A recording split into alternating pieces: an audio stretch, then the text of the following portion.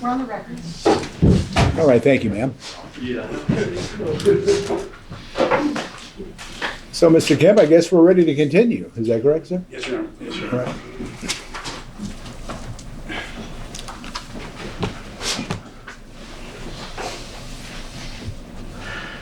Do you need any appearances, Your Honor? Yeah, let's go ahead and do it, just for I will that. count for claims. Stephanie, Teddy Parker Flynn.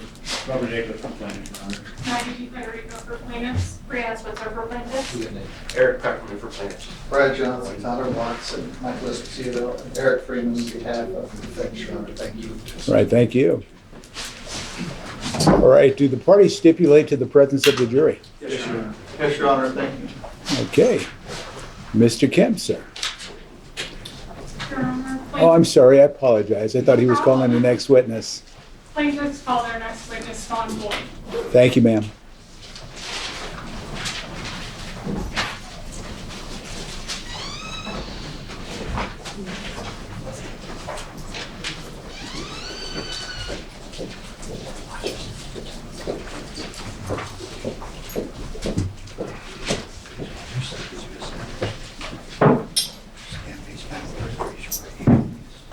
I'll do the best I can because I had surgery. That's good enough. You do solemnly swear the testimony you are about to give in this action shall be the truth, the whole truth, and nothing but the truth, so help you God? Yes, I do. May I have you state and spell your name for the record? My name is Dawn Boyd, D-A-W-N-B-O-Y-D. Thank you. Okay, ma'am, you may proceed. Thank you. Good afternoon, Dawn. Hi, Maggie. Is it okay with you if I use your first name? Yes. Can you tell us what you do for work? I am a critical care registered nurse at Sunrise Hospital. Where'd you go to college? I went to college twice. First time was at UNLV. I graduated with honors and a bachelor in psychology. And the second time I went back was for a Bachelor of Science in Nursing at Chamberlain University. When did you graduate from Chamberlain? It was December of 2019. And then did you start working in nursing right afterwards? I did. I got my first job right in February of 2020 in the ED in the heart of Vegas. What did you do for work in between college and nursing school? I had a few different types of jobs that worked for me after college. So first I wanted to use my psychology bachelor. There was a psychiatrist in town that worked with psychologists and mentally ill patients. We were able to help treat access to disorders. So I did psychosocial rehabilitation counseling and basic skills training for both adults and children. I ran an after-school program with that psychiatrist and helping those children that were in school having behavioral issues. My mother was a physician in town, and I also, at the time, ran an aesthetics practice out of her clinic, doing different Botox and lasers and things like that because it was an OBGYN type female-based area. And then I worked in healthcare marketing, and I also did practice management for medical clinics at one point. Were you born here in Las Vegas? I was not. I came down here in the 6th grade. My family were ranchers in Elko, and at one point wanted to leave Elko in the small town and go somewhere bigger, so they went up to Boise, which only lasted 2 years, and they ended up back in Elko again. So family is all Nevadans, and after that stint where I was born, I've always been here. What's your relationship with Lisa?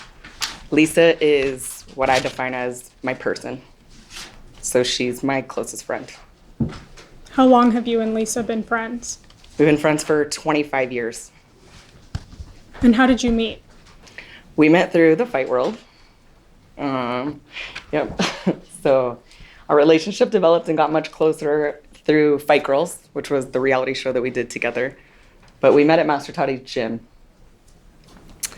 Master Toddy was your trainer? Yep. So that's what we call him, Master Toddy or Sir. I was in college at the time. I started martial arts when I was in high school. I thought I was big time doing Kung Fu at United Studios of Self-Defense. But back then, there wasn't that many martial art type studios in Vegas. So I go to college, I go in a sorority. My big sister does Muay Thai. She's a fighter, but she teaches a female fitness class. So she invites me to the class and I go there and I see all these girls and just fighting in a different way. It's completely different than what I had known. And I was just in awe of it. They then threw production at Stardust and I saw females fight in a ring. And I was just like, I need to do that. I can't believe this. This is crazy. Like, sign me up. So I went back. Lisa was in the fight class. A lot of girls were in the fight class that I admired. And I asked him, put me in the fight class. Like, I want to train with them. Like, I don't want to do the fitness. Like, and he was like, okay. So he pulled like a Karate Kid Mr. Miyagi on me and messed with me for a while. Like, I look back now and I'm like, that's what that was. So show up. Oh, you want to be on the fight class? Show up on Saturday at 7 a.m. I was like, okay. I don't think he thought that I would go. So I show up to the gym, 7 a.m. Like, where is he? He's not there. He has a guy mopping the floor, like setting up drills for me and just working me out, leaving me there for like 2-3 hours. And I was like, okay. So he kept testing me for a while, like just seeing, like, am I serious? Do I want to show up? And I kept showing up and I kept going. And eventually he let me train with the fighters. And that's when I started to become more close with Lisa. Can you walk us through your and Lisa's relationship over the years and how it's developed into what it is today? Yes, so that's baby Dawn on the front. Lisa is right behind Master Toddy on the right. That was the crew that we had for Fight Girls, so those women were trailblazers. That show was incredible. Lisa and I, we started to get close on the reality show. She was able to develop this program, being able to pitch to networks with Master Toddy. They first did like a 2-hour special and they kind of featured women. Now you got to remember, this is 25 years ago, right? So girls being in a ring, fighting, doing this, even thinking of putting it on national TV, like this is unheard of. We don't have UFC, we don't have the girls in the ring, like belts to be going for. So there was a lot of controversy kind of behind it. But Oxygen Network picked it up. Oprah was behind it. They did a really good job of portraying all the women. And we were able to find this bond with each other because a lot of us had similar backgrounds. We came from things where we didn't want to be a victim. We had hardships and trials with different things in our lives, and we were like, we want to learn how to be strong. Part of what drew us all in. So Lisa does the first season. I'm in there training. I just remember seeing her back then, and I admired her so much. There's, all these women coming, like, they're showing up after work. Like, you see her, you're sitting in your car, like, I don't know if I can muster up the energy to go in here again today. Like, we're just going to get our butts kicked all day. Like, okay, let's do it. And I see Lisa cruising by with her suitcase in her business suits with her heels and her 2 little duckies behind her, just going in the gym like, this is what we do. We show up. And I was like, gosh, okay, I can do this. So let's keep going. She would bring the kids there. We would spar. Little Porter, when he was this high, would be on the edge with like, go mom signs. Like, it was totally normal for us and our family. Courtney, her daughter, would be there. And there's a lot of adversity that you had to face back then to become a female fighter. We, as much as had love from people for doing it, we had a lot of people sending us hate mail or, just saying things against us. Like, it's disgusting that females are fighting in the ring. Like, you shouldn't be doing that. I can't believe you want to do this. Like, I had my own friends, like guys I knew in high school, say that. And I was just like in shock thinking like, but this is where we're supposed to be. Like, this is what we're doing. Like, I can't imagine anything different. So there's like a vulnerability that you develop with the people, because when you're training to fight, there's the tough side of you that you want to show everyone. Like, okay, we got this. We trained. Like, we're going to do it. But you're also kind of a glass case of emotion at times, where any one thing can just push you over an edge and you can fall apart mentally. And you don't want to always show that weakness and that vulnerability to everybody. And so you get really tight and really close with the people that are next to you fighting, which Lisa was for me. In the second season, when they finally had it picked up, she was a coach. She fought, and then she was a coach, and she was my coach personally. Just because we sort of had that mental connection where I can be completely vulnerable and honest about what I'm feeling, and if I feel scared and afraid, and she's gonna find a way though to look at me and just be like, come on girl, you got this, go. So that's where it started. And from there, there were just times when maybe a month or 2 goes by and you're like, hey, I miss you. And Lisa's like, no, we need to be close. Like, we'll make an effort. And so we always did. We ended up kind of having these nicknames for each other to break the moments at times. We call each other Salt and Pepper. Or I call her my peppercini. She calls me her saltini. It's like we had a little shake leg dance that we'll do in the ring sometimes when it gets too intense, just kind of break it up. And from that point on, we were always close. Everything through life, it was just, she was my person. We just built kind of a inseparable bond that way. You mentioned Lisa was your coach on Fight Girls. Did she also fight on that season? Yes. So the first show they did was like a 2 hour more special. And then they went in the second season and did episodes. And the girls who were coaches, Gina Carano and Lisa, you can see right there, both came back then to do rematch fights and then be coaches like with us through it. So So you got to watch quite a few of Lisa's fights during that show? oh yeah.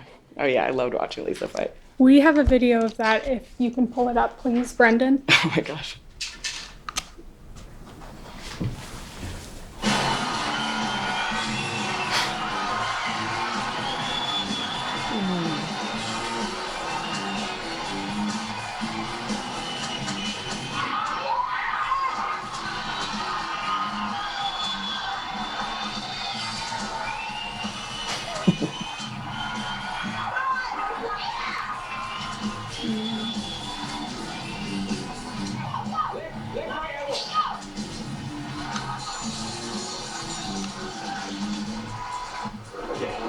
You're doing beautiful. But you got to use the left hand first. Instead of use fast left hand. And forward with the right hand or right hand. You really do very well. So, enjoy. Totally Master Toddy.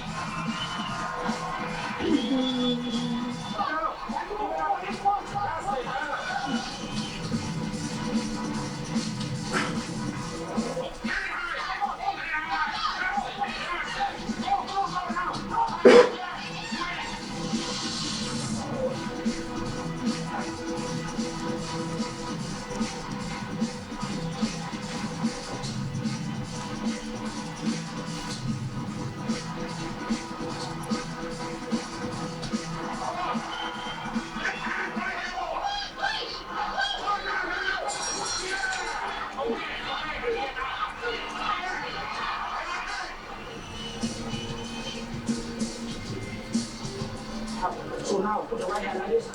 Left hand. Okay? You will knock it out with the trust me. Your Honor, Coming up I'm next. struggling to understand the relevance if we keep this going. I mean, we get the point. It's Also, almost- counsel, is this an exhibit? This is a demonstrative. This is, I don't know that I've seen this demonstrative in full, Your Honor, but I would say can we move this along? It's almost over. It's a 3-minute video. 3 minutes. Yeah, okay. Just lined it up.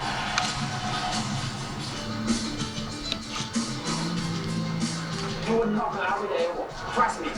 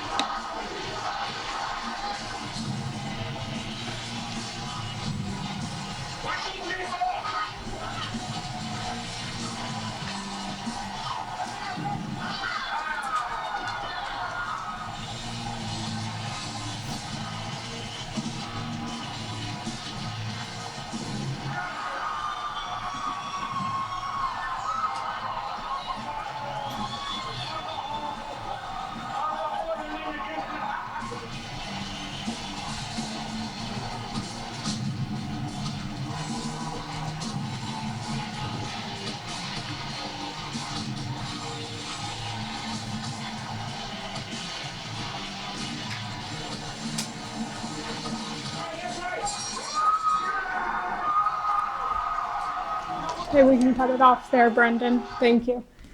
That was you in the crowd in the black and white shirt, Dawn? Yeah. And God, was- I haven't seen that for so many years. Was Wow. that Master Toddy talking to Lisa in Yep. between rounds? That's Master Toddy. How does it feel watching that fight back? It's nostalgic. That's really nostalgic. That's the girl I became best friends with. That's my girl. Okay. I like that video. I think that, you talk about fighting, you talk about the things leading up to it, you watch these 6 minutes of glory, but see, when I'm watching that video, it triggers something I forgot about too. I remember the phone calls like before that, these nerves, like you're fighting on national TV, like you're on the hook for millions if you don't show up. Like you don't want to get knocked out on national TV or permanently injured. And I remember this fear that she had to overcome to be able to get to that place and to train that way, just the obstacles. It was amazing to watch her do that. When did you and Lisa stop fighting professionally? I stopped shortly after the show when I had lost my younger brother in 2006, and I kind of transitioned into other types of training. Lisa, I believe maybe her last contract was 2008 for actual fighting, but she never stopped fighting. So being a fighter and signing a contract and going to the ring and doing what we see right there, that's one thing, but we always continued to train as fighters in some way or another. She was always teaching classes for beginners or going to gyms to train, so she never stopped fighting. So fighting and training others remained important to her even after she stopped professionally. Huge part of her life. Just training in general, just working out. I mean, Lisa, not as much, but you know, I fluctuate weight up and down, and she tries to help push me and motivate me and go to the gyms. Even when I was working for her, we would go to Raw Fitness sometimes, and she'd be texting me. I'm like, I'm kind of sore. Like, it's 4 a.m. Like, you sure you still want to go? She's like, can you still walk? Do you have 2 legs? I'm like, oh, okay, I love you so much. I'll be there. It's like, but that's my Lisa. Like, she will push you. She pushes herself. We did fun runs. She was dancing. I mean, it's endless, but working out was always a consistent part of our life. You just mentioned that you worked for Lisa. Can you tell us a little about that? Yes, so this is marketing. We worked in marketing, healthcare marketing together. For a lot of years that we knew each other, she was always telling me, like, you know, you're doing these jobs, they don't pay as much, but I loved them. I loved what I did. And I was like, no, I don't want to leave yet. Like, I'm doing this. And at one point, I lost my mother, and I had to shut down our clinic, and financially it was a little hard. And she said, I think I can see you in this. Like, I'm going to give you an opportunity. I can't give you the job, but I can get you an interview for the job. And I was like, you know what? Let's do it. So I went to an interview. I mean, I did marketing for the practices I worked for, just different things. And we were able to kind of transition that into the healthcare marketing that we did. And I got in, and Lisa was my vice president. And unbeknownst to me at the time, she assigned me to the 2 worst territories in the Valley. I had no idea. She trained me, and she gave me a confidence to believe I can do the job without telling me that part of it. And so I was just like, here I go. I'm gonna go in the hospital, and that's where I'm supposed to be. Like, people are slamming doors on me. I'm not understanding, like, why they don't want to work with me. Like, I'm sorry, but I still need to come in. Like, so, you know, eventually I was able to continue pressing forward with her helping me and guiding me. I had never had like this corporate type job before. That's the most money I'd ever earned. She helped me get the salaries, and she helped me develop into a corporate type person. I actually turned those 2 territories into ones that people fight for and that were the most productive for the companies that I worked for. There was number sheets that I had years later that showed I pulled the highest numbers out of anyone, liaison in the Valley. And I attribute the training that she gave to me in that job because it transitioned. I learned so much through healthcare, and when I became a nurse, it also transitioned into my nursing. My first year out, I was awarded a Daisy Award. It's the highest honor in nursing for patient advocacy.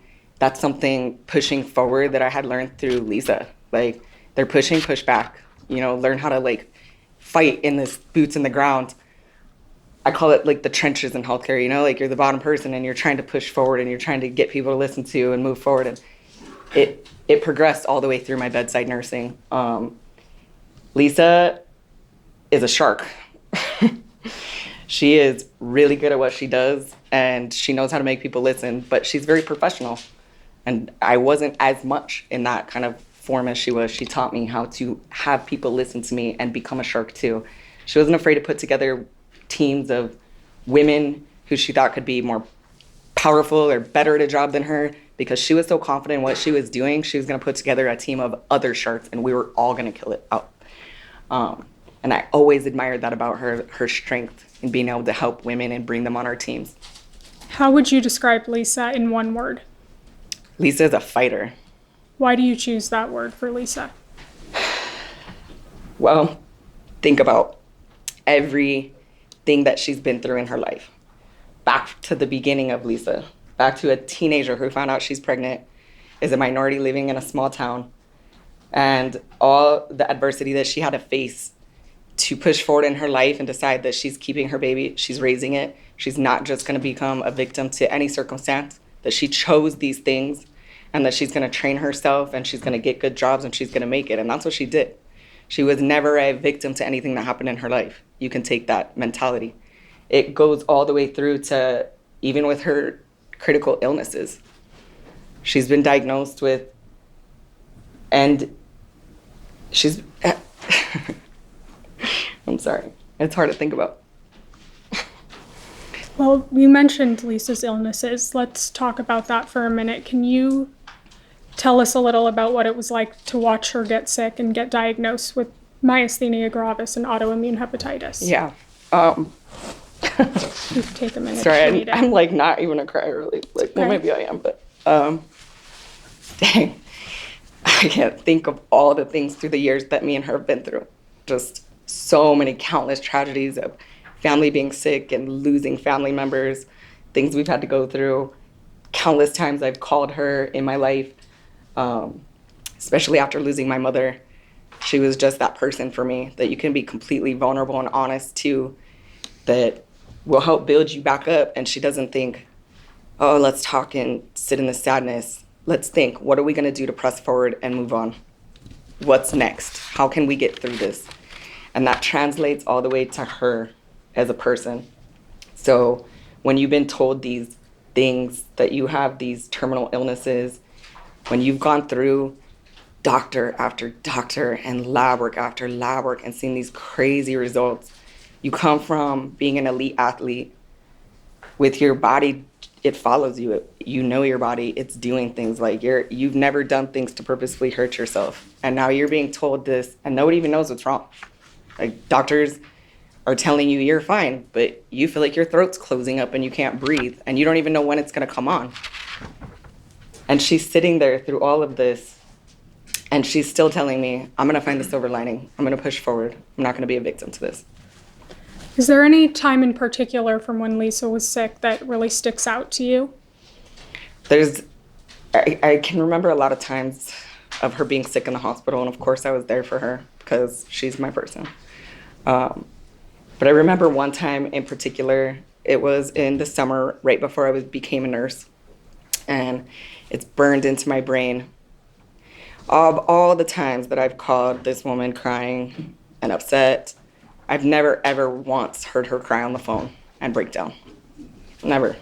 She's just always that strength person. And then here we are in her house. She's been discharged home from the hospital again. She feels like her throat's closing. And they send you home. They tell you your vital signs are fine. They tell you, take Benadryl. It'll feel better. We don't know what's wrong, but just take a Benadryl.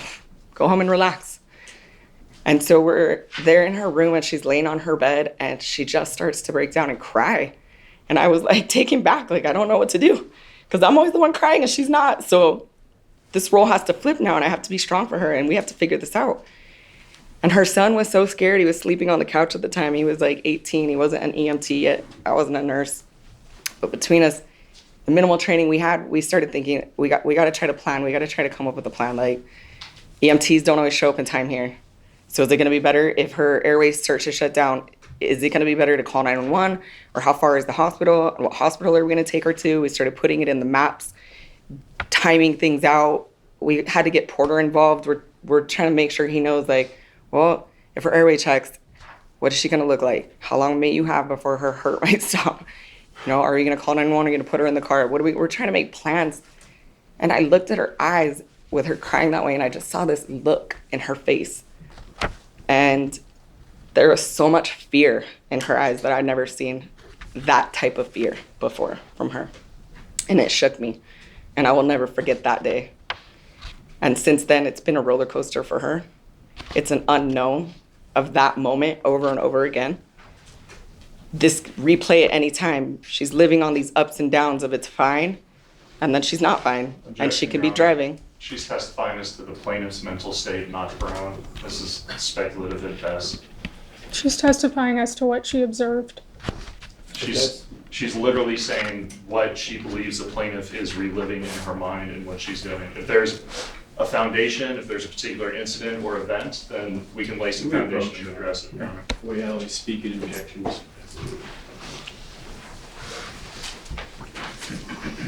Concerned for now, it's overruled. And ma'am, you may proceed. Thank you, Your Honor. You were talking about a look in Lisa's eyes that you observed. Can you talk a little bit more about that? Yes. It's a look I've become very familiar with now through my profession. Having worked through an ED, through a COVID ICU, and on a heart attack team in a trauma center, I just know this look that people have when there's this impending feeling of doom inside of them. It's hard to describe being there with people in those moments. And I didn't realize it as much at the time. I had only experienced it on a personal level with my own family and with her. And now looking back, it's so clear to me what it was when I saw it. And she was really afraid in a different type of way. There was a fear inside of her that she felt like she was gonna die and there was no one else that was gonna help her because everyone kept telling her, everything's fine. And we don't have a diagnosis. And you go to doctor after doctor and you travel out of the city and you have all this crazy lab work and no one's telling you what's wrong. And you know that it's in there, it's happening, but nobody will believe you. And now you're afraid, like you're at home and that's gonna be the end for you. What did you observe about how Lisa reacted when she was told that her myasthenia gravis and her autoimmune hepatitis are not curable? I think Lisa probably reacted and felt the same way that every other person would feel when they're told that they have a terminal illness. Our health is the only thing that matters in the life. We think that how much money, how much social media, all these things that you feel are valuable to you every day. But when it comes to that point and you realize all these questions of how I'm going to go or what's going to happen to my body in the end are gone, and now you know and you've been told that, it's like your world just drops out from under you. Has Lisa been able to continue to work through all of this? Oh, yeah, of course, because it's Lisa. Lisa is a savage, and at one point her legs weren't working, and she's in a job where she should be traveling at least once or twice a week, maybe every other week, 50 times a year for this position she finally had left for, to go to different territories that she covered. And now she's in the hospital and she can't move her legs. So Lisa probably has enough time off. She could have taken time. Nope, Lisa gets her laptop, starts working from the bed. And then when her face started drooping and she was embarrassed to be on Zoom calls anymore because her work let her finally work remotely, she has to start taking just calls on it. And everyone at her job has been so willing to help her because she's a shark that way, because her numbers are so much higher than anyone else on her team. And she's so good at what she does, sitting in those meetings with some of the most powerful CEOs running billion-dollar companies, and she can handle it that way. But that's still, if you think about what that does to somebody who goes from having the highest confidence and being number one in their job, being able to travel with no question, to now not even being able to be on a FaceTime, how sickening would that feel? You're embarrassed now when you were like such a confident, strong person who's taken care of themselves their whole life. Does Lisa allow others to see when she's struggling? I mean, could you maybe catch her in a moment? Like when she was just at the end of what she could take and it's bad news again and she breaks down? Absolutely, she's human. There's those human moments that everybody has. But that true vulnerability side, it's a muscle, right? It's a muscle that's been worked out. So bear with me and remember, we come from fighters. We came from 25 years ago when women weren't fighting and we decided we wanted to do it. You see these clips, it's 6 minutes of glory and it's like, yeah, man, look what they could do. But you don't think about any fight that you watch. There's no belts we're going for. There's no millions of dollars. We're signing up for this. And at some points doing it for free and other times getting paid $100 for the day. So there was no real glory in it. We were barely making money to be able to have trainers. And there's phases in it. You become a type of woman that can be uncommon amongst the uncommon. And by no fault of some people or women, maybe when they're given these diagnoses, They say, you know what, I'm going out. Like, I'm not going to work for a while or do this. But that's not how our minds have been trained. We have chosen to not be victims from the very beginning. When you see these clips, when you realize that somebody is a fighter, it doesn't just translate in the ring. We've been trained in our minds with our bodies to do this, and it translates outside of life. I feel that it's a very important skill for young people to have because it gives you a confidence and teaches you that when life gets hard, you don't just sit down, you keep going. So remember, you have to think. You're going through these times now. People aren't really supporting you. Our parents didn't want us to do it. Half the guys didn't. Nobody really understood why we're doing it. But we're still showing up every day. We're suffering through injuries. There's nights you can't sleep on your side because your legs are so bruised. I remember right before that fight, she Superman punched me and made me cry and gave me a black eye. I mean, we became very close. But there's injuries that you suffer in training. Becoming close and pushing through it, you're hurt a lot. Your time is taken. You're drained. Now, you sign up, you want an opponent. Okay? Are you brave enough to take it? You're going to take that fight? Then you have to face that. Now I have a date. I'm going to train. And then it's a month out. And then it's 2 weeks out. And then it's 2 days out. And then it's 1 day out. And now you're sitting signing a contract. And on that contract, you have to initial every single line that says, I know I may die. I know I may suffer severe detrimental body injury. And I'm going to continue on anyways for this $100 because I really want to do it. And over time, it's a muscle that develops to face these fears in life because there's something greater that you want. And you keep pushing. And it translates over. And that's why Lisa is Lisa. Because she could be told that this is going to take you out. You might not walk. And she'll be planning her next wheelchair exercise class. She's going to find a silver lining in something. And she's going to be like calling me up like she has and been like, well, now I've learned this and that about it. So now we need to try to form a group so that we can get information out to other people. Because she wants all people to be strong, especially women. Right. Once, Next question. Go ahead. Once Lisa got sick, was she able to be as active as she once was? No, that's, I think that's what maybe triggered me to be so emotional is because you see somebody doing something at the peak of what they do and you know how hard they've pushed their whole life and now they can barely make it to the gym and the person that pushes you isn't there anymore to push you because they can't. You take away something that's such a big part of someone's life in that way. And whatever hobby it is for someone, if you were a knitter and you can't move your hands anymore, but it's your way of releasing. It's your way of like resetting for the day. That's how you make it through life. You know, like, okay, for this 1 hour, it's me. I'm going to let go. I train and then I move on. And that's how we've learned to cope with life. That's how she's learned to cope with life. She can't teach her classes. She can't even walk to the mailbox. She couldn't drive. She had to learn how to rely on a, at the time, new boyfriend, which for someone like her and I, we're strong, independent people. We don't want to have to rely on you. We can figure it out, but now I can't. And now I have to ask my boyfriend if he's okay taking care of me when I can't walk out of my bed. Your Honor, Yeah. I'm going to renew the objection on calls on the narrative. Yeah. We'll move on. And ma'am, just try to answer the question asked. I'm sorry. Thank you, Your Honor. I'm sorry, Your Honor. Have you observed, has Lisa expressed any fear to you about what she'll have to go through in the future as far as treatment and her symptoms for her illnesses? Of course, there's fear. You know, a few weeks ago, I got a phone call that she was going back to the hospital again and she had to have IVIG. And then she's poked and prodded again and they can't find her veins. And nobody likes that. She's putting together books, making sure that her kids can figure out where to find her life insurance policies or whatever it is that they need to contact people in the end. And that's the only kind of control that you feel like you have when it becomes those end thinking moments. How do you call your kids and tell them, hey, you might want to clear your schedule to come visit me? Repeated exposure. She's now been told she has to have IVIG monthly, indefinitely. Objection, Your Honor. One, hearsay, and two, we're getting back into the narrative again. All right. And ma'am, you can just answer the question the best you can. And Your Honor, we'd ask her not to testify as to what doctors told the plaintiff. That is hearsay. All right. I apologize. Yeah, ma'am, you just continue on. What has Lisa expressed to you about how she feels about the future?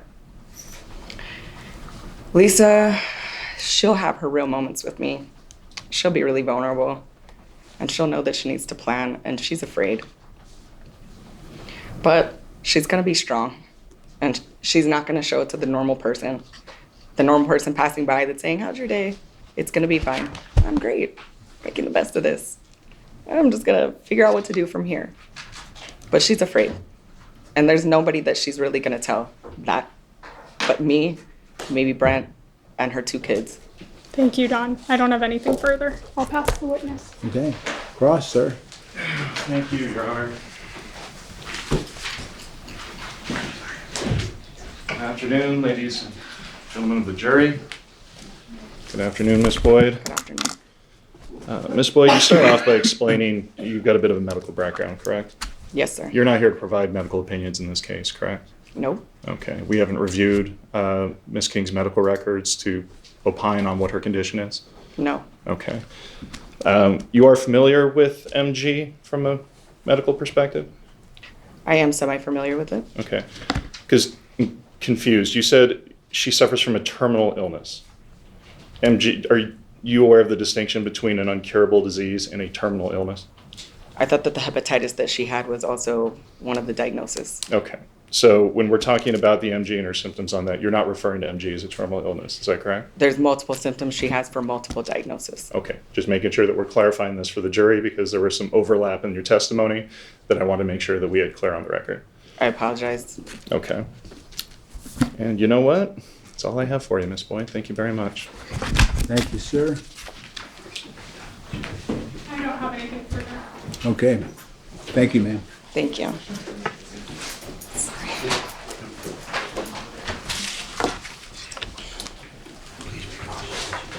And then you up on the side. I had surgery on Wednesday. Take your time. Help her down. I don't like this.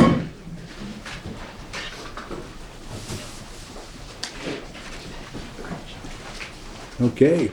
Mr. Kemp. Your Honor, we call Mr. Jeffrey Desitel by video. All right.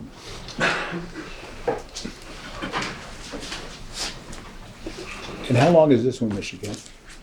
It advises 18 minutes? 21 minutes. 21 minutes, Your Honor. Thank you.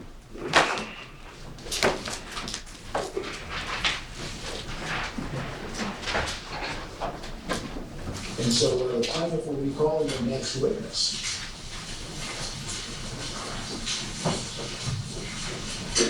And for the record, Mr. Kemp, that will be Jeffrey Desotel, D-E-S-O-T-E-L. Good ladies and gentlemen. Hear me okay? Too much? Too much? Mr. Kemp, for the record, you did it really clear when you laughing. Is that an insurance? I guess what I'm saying, I don't know if you need a mic or not. You do solemnly swear the testimony you are about to give in this action shall be the truth, the whole truth, and nothing but the truth. So help you God. I do. May I have you state and spell your name to the record? Jeffrey L. Desotel, D-E-S-O-T-E-L. Thank you. You may be seated. We're Mr. Desitel, how are you today? Mark, how you doing? Tell the jury where you're from. From Henderson, Nevada, Where were you from? Detroit, Michigan. Did you work after law school? I mean, school? Yes, I did. I went to college and then I went to the U.S. Army for 21 years. Where were you stationed? Various stateside, overseas, Desert Storm, Desert Shield, some in Southeast Asia operations, but for 21 years I was basically all over the place. What were your jobs when you were in the military? Well, the first was airborne infantry, and then I was an instructor, a drill sergeant for 3 years. Went back to Hawaii, served in a regimental there in Hawaii, and then even served as a recruiter. Now, does the military have procedures? Yes, they do. And does the military expect you to follow procedures? To the letter, you must follow. And you have a habit, you personally, you have a habit of following procedures? Yes, I do. When did you come to Las Vegas? 2011, August, And why? for my wife's family. How did it come to your attention that there was a potential job opening? Online, I see it online. So some kind of online ad? Yes. Do you remember what position you were hiring for? Initially, it's just supervisor. Did you apply to be supervisor? Yes, I did. Did someone interview you? Yes. Who interviewed you? Blaine Blaine Jones? Jones, correct. Did you start working in Real Water? Yes, I did. And do you remember approximately when? 2017, 2018, And how long did you stay there? approximately 8 months. And what was your job position? Basically a floor supervisor. Did you get a title? They gave me a title of director of quality, but that wasn't me. I was a supervisor. So you were called the director. You had the title of director of quality, which you really weren't. No, I was not. Is there someone else that was the director of quality control? Not that I'm aware of. So you didn't have any training in quality control? No, You didn't do anything? no, I didn't. Did you approve of the way the Real Water operation was run? No, I did not. And why? Haphazard, no control, no leadership, just in disarray. That's why I only stayed 8 months. Okay, and on a scale of 1 to 10, if you have your rate, good and bad operations, how would you rate that? 0. And you have been involved in other manufacturing operations? Yes, I am. Where are you currently? Working for Brand Packaging as a production supervisor, maintenance supervisor. And did Real Water have what's referred to as a passive HACCP program? Not that I'm aware of. Did you get any training in Real Water? No, I did not. And did they have operating procedures on how to make it? Not that I remember. No, I do not.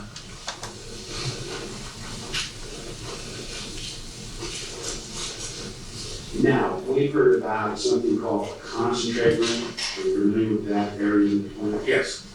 And what was that? Well, I really can't tell you because I was not allowed inside the room. So you were supposed to be the director of quality control, and they gave you permission to concentrate. That is correct. Who was allowed in that room? Just Blaine Jones. Do you know what they were doing in there? No, I do not. And we've heard a lot of testimony and see pictures of titanium tubes. Did you see those when you were working?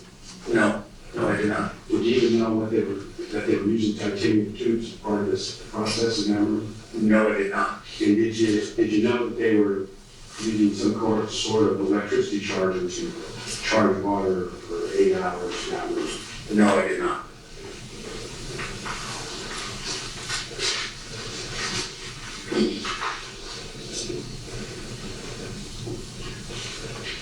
Now, were you, and again, you were supposedly the director of quality control, were you showing complaints from customers? No, the only complaint that I seen was a bottle with a piece of material or something inside the bottle. That is it. Okay, have you worked at other manufacturing facilities where they investigate customer complaints? Oh, yes. Tell me again what people do. As soon as you receive the complaint, obviously understand the complaint. This is most of the quality manager does this. Calls back to the customer and finds out the details, in detail, what their complaint is. Then we do an investigation on our side, who, when, where, how that product made it to the customer. Was something wrong with it. It's very in-depth. But you, first of all, you didn't do that way or water. No, I did not. Did you know anyone else that was doing that? No. And did you ever hear that they have a practice of giving people free water? I know I've seen it once there. They received somebody who was coming to the front office and they would call me to bring up water for them. And that's all I really know about. Okay, let me show you just a couple of complaints and verify that you didn't see them. Okay. Jimmy, could you put up the 4 customer customer complaints. Mr. Vestal. These are 4 customer complaints that are admitted exhibits, 17, 19, 20, and 36. First of all, you never saw those before? I've never seen these before. Okay, Shane, I mean, the next batch. This is Mrs. Bonnar's complaint.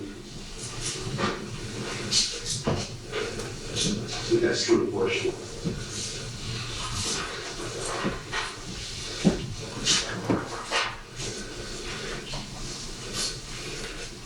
Okay, you never saw that before? No, I have not. Okay, and the next one, 32, Mrs. Kessler's complaint.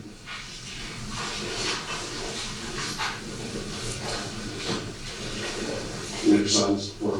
No, I have not. Okay, the next one is 28, Mr. Fisher's complaint.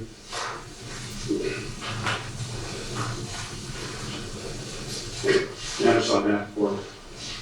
No, I have not. Okay, and finally, exhibit 30, Mr. Watkins, Watkins email.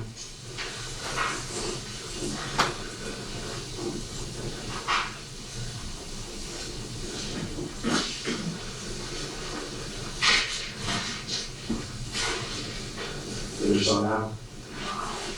No, I have not. Okay. And some of these complaints were in the time that you were supposedly the director of quality control in 2017, correct? Supposedly, yes. Now, in your understanding of the manufacturing practices, what would you do if you had been given those customer complaints? Stop production. And why? Investigate why. Why are they having those issues? What's going on with it? What, when, where, and why? You have to find out where the problem is. If you have a good HACCP system, you know where the key points are, the critical control points to manage the system and the operation itself. So you would stop the production? Stop. Did you have a conversation with the owners of Real Water in general about whether or not we should stop production? Yes, I had. I did it once, yes. And what did they say? They said, in no way, in no shape, or form will you stop production. And when you stopped it the one time, why? Because of cleanliness. We have to clean up good GMPs, right? So you have to clean up your equipment and sanitize it to make sure it is good to go for production. So I stopped it, and I was told not to stop, continue production. Who closed that? Blaine Evans, or Jones, excuse me. Blaine Jones. Blaine Jones. Now, did there come a time that you had some sort of conflict with Blaine Jones or others about following good manufacturing practices? Well, it was with Blaine, and of course, Amy Jones. And, you know, again, I wanted to stop cleaning the equipment, clean the filling machine, because it hasn't been cleaned. I was told, no, you will continue operations until we tell you. So when you wanted to stop to clean up, they told you keep making water. Keep production. Okay, so sum me up. Worst place you've ever worked? Yes, Substandard? That fair work? that is a fair word, substandard. They didn't. And if you had been told about it, like you would have stopped the production. Yes, sir. Thank you. Cross-examination. Yes, ma'am. Ladies and gentlemen of the jury, good morning. We're, Mr. Vestal, good morning. how you doing this morning? Very quickly first, thank you for your service. 21 years anywhere is a long time. Yes, it is. First, you said you were hired as a floor supervisor, right? Mm-hmm. When you were at Is that yes, sir? Yes, sir. I apologize, Mr. Vestal, I should have corrected. Just not to be what you need to answer audibly Yes. for the record. Yes. What was your understanding of your duties at Real Water? Floor supervisor, keep production going, and manage people. And how many people were you managing at Real Water? Up to about nine folks, Okay. 9 employees that I remember. And during the course of your How long, you said you were there for 8 months? approximately. This is 2017 into 2018, I think? It- From what I remember, yes. While you were at Millwater, did you ever train anyone? Train, Yeah, did you train any line workers or anything like that? train how to operate, yes I did. So you trained line workers while you were at Millwater, correct? So how did you develop the knowledge to train line workers? From the experienced individual, one of the workers that were there, they taught me. Because that's how you learn. When you come into a business, you're a supervisor, manager, you gotta learn from somebody. So you go to individuals that are doing it already, and you get trained by them. And do you remember who helped train you? No, I do not. Does the name go back to something? No, I do not. Okay. I don't remember. So it's fair to say you did get some training before while you were at Millwater, correct? Just how the bottler works, how to box water. And was that your job basically then? So how to make water and how to get it ready? How to supervise the individuals. Okay, so you're supervising the doing line. So in order to do it, you have to understand how they do their jobs, right? Understand how the operation unfolds from point A, the flow chart of the operation until finished product is placed on the pallet. Okay.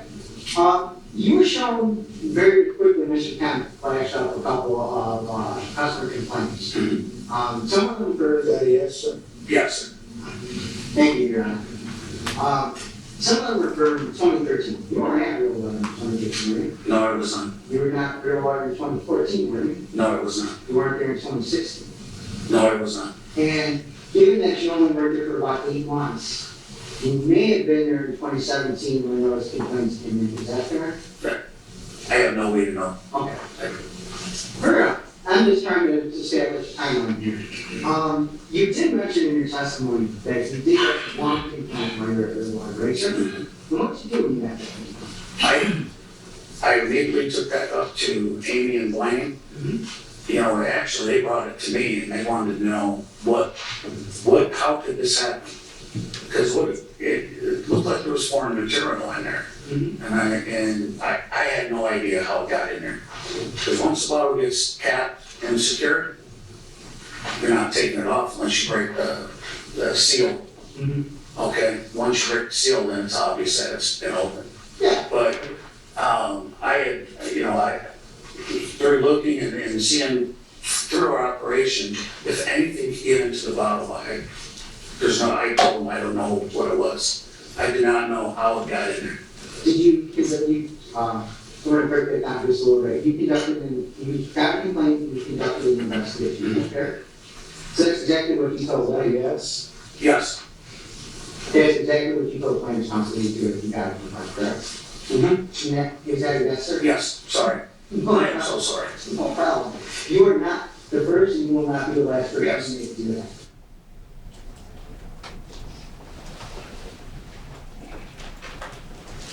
Can you remember the month you went to Real Water? No, I cannot. Can you remember the quarter, perhaps? I do not recall.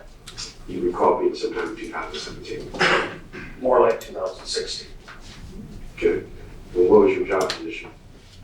Basically, it was being a supervisor. Okay. Now we've seen job descriptions like plant manager, production manager, tractor quality control. We've seen quality jobs. Which one were you? I was basically a supervisor. Okay, supervisor. Okay, better question is, what were your duties and responsibilities? Make sure folks show up on time, people on the floor that work the line, water line, ensure equipment was kept up with the maintenance person, made sure orders were produced in a timely manner to meet demand. Okay, so in your view, they were not following good manufacturing practices? No. In what respect? Give some examples, perhaps.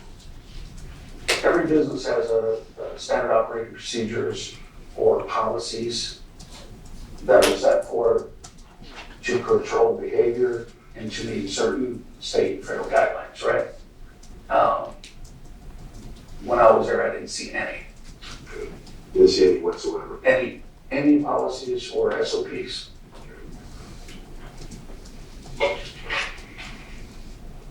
Again, testing was done. I know outside agencies tested the water. That's about all I can remember. Was there one event that finally triggered your resignation? Yes. What was that? Amy, her last name is, Amy, sure. yeah, she insulted me and I said I had enough. I grabbed my toolbox and I left. Okay. Without getting into too much specifics, what was the general nature of the insult? How I was handling business out on the floor with the other employees, and how I was attempting to clean up, to get it to where it's conducive to the 5S program, to manufacturing standards which weren't being met. And since I was doing it, I was delaying making bottles, obviously, because it takes time. Right. And so you had a disagreement with her and then you left that day. Yep. It wasn't a heightened, high-level voice. It was normal voice, just I had enough. Okay. So if they called you the director of quality control, you really were not a director of quality control. I was not. Okay. Now, was it part of your job to receive and investigate customer complaints, if any? No, it was not mine. Okay. That was front office. Okay, so that wasn't part of your job. No, Did you have access to customer complaints? no, I did not. I was verbally told we had a complaint, and normally what the SOP was, if you will, or was to send them a case of water. So if someone complained that there was something wrong with the water, you gave them more water. Correct. Did you investigate the complaint to your knowledge? As soon as I gave the water to the front desk, then I didn't see it. Okay. Mm. And other places where you've worked, when you've been replaced by products, is there some sort of product investigation done? Yes. Okay, and what do you call that? Obviously, it's customer complaint procedure. And that's more of the quality department, heading it up, getting the facts. Mm. What happened, what, where, when, why, and how. Okay. Trace it to the line that it came from, who was on duty, who made it, what was the breakdown. That's what you did in other places. Correct. And even though you were allegedly the director of quality control of Real Water, you never did that in Real Water. Did not do it at all. And as far as you know, did anyone else do it? No, I did not. Don't know one way or the other. I don't know if they did or did not. Okay. Hmm. All right. Now, again, you were there.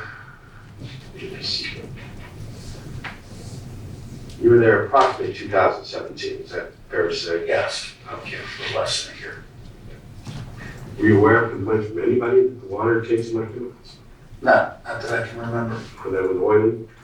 No, not that I can remember. Okay.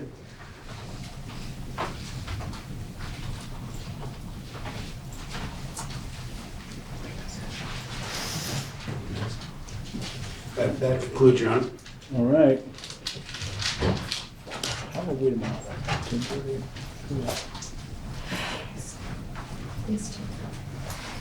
All right.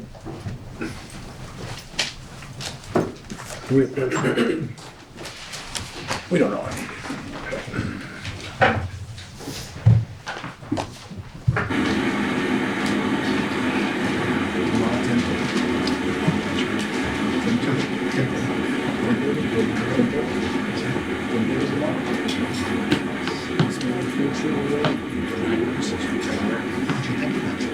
That's a great day. That's a great day.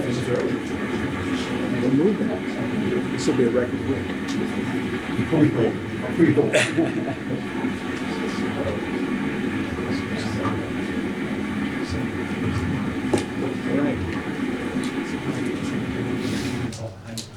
Okay, ladies and gentlemen of the jury, it's 4:45, right? It's about that time. Anyway, I think we made considerable progress today. We heard from 9 witnesses, is that correct? Yes, Your Honor. 9 witnesses, that's significant.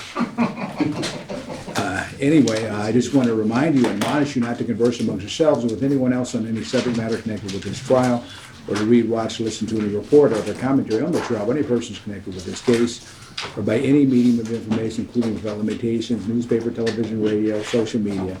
Remember the prohibition. Last but not least, do not form or express any opinion on any subject matter connected with this trial until the cause is finally submitted to you for deliberation. And so I talked to counsel, and we'll be ready to go at 10:30.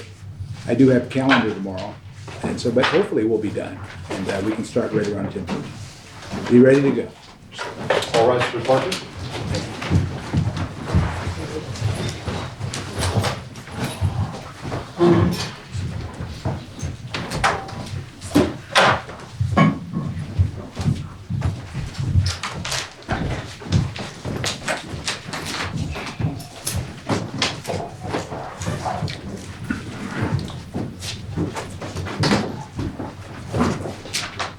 Jury, clear, Your Honor. Thank you, sir. Your Honor, I'm advised that for 3 or 4 of the remaining videos, we have 2 or 3 objections. Each one is some sort of ruling before we can play the video. And so I would suggest we figure some kind of time to do that. We don't need to do it in the morning. We have a live witness. Right. But I'm going to have to play these videos, Marlowe, Goldsmith, Wayne Jones, and Randolph, at some point. So I'm going to need rulings at some point. That is correct, Your Honor. How long will the live testimony take? Live testimony tomorrow? Yes. Yeah, that would be, we've got Mrs. Boardname scheduled. She's a plaintiff, Morris plaintiff, and Delmar's plaintiff. So, Your Honor, on this issue, we have 6 witnesses where there are a handful or less objections to their designations. 3 of those witnesses, Dr. Goldsmith, John Marlowe, and Anthony Randolph, were playing in our case in chief. There's a combined, I think, 10 objections to their testimony. That's in the binder that I submitted to you.